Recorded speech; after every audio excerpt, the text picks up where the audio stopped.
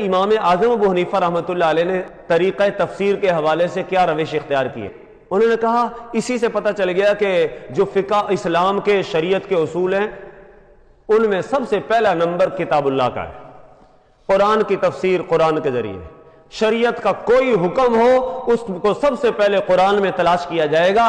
اگر قرآن میں حکم مل گیا تو بس آمنا وصدقنا، اس کو آنکھیں بند کر کے قبول کر لیا جائے گا، کیونکہ قرآن سے بڑی کوئی اتھارٹی ہے ہی نہیں ہے۔ دوسرے نمبر پر اگر قرآن کی تفسیر یا شریعت اسلامی کا کوئی مسئلہ ہمیں قرآن میں نہیں ملتا تو پھر ہم حضور علیہ الصلوۃ والسلام کی سنت کی طرف جائیں گے۔ یہ دوسرا اصول ہے، دوسری دلیل ہے، حجت ہے۔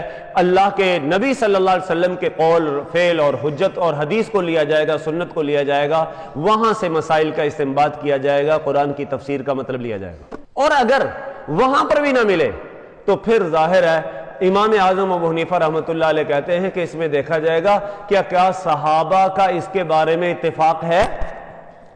اگر صحابہ کا، سب صحابہ کا اتفاق ہو تو اس کو دلیل بنایا جائے گا، وہ اجماع صحابہ حجت اور دلیل ہوگی، اس کے ذریعے ہم تفسیر لیں گے۔ یہ تین اصول پہلے درجے پہ ہیں۔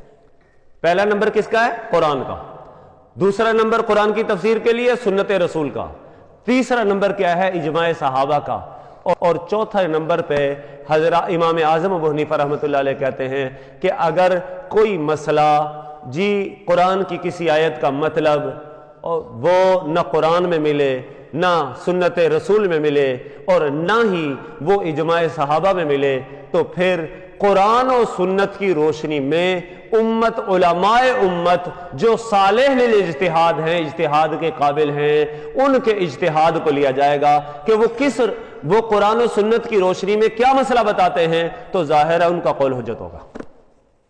یہاں سے پتہ چل گیا کہ قرآن جس طرح شریعت اسلامیہ کے اصول چار ہیں، اسی طرح تفسیر قرآن کے لیے بھی اصول چار ہی ہیں۔ وہ پہلا ہے نمبر کتاب اللہ کا، دوسرا ہے سنت رسول اللہ کا، تیسرا نمبر ہے اجماع امت کا، اور چوتھا نمبر ہے اجتہاد اور قیاس کا، کہ جناب قرآن و سنت کے روشنی میں جو امت کے اجتہاد کے قابل علماء ہیں، انہوں نے اس کا مطلب کیا بیان کیا ہے، اور وہ ان اجتہاد کے ذریعے اس کا معاملہ وہ پیش کریں گے، تو ظاہر ہے اس کو تو قابل قبول کیا گیا ہے تفسیر کے باب میں۔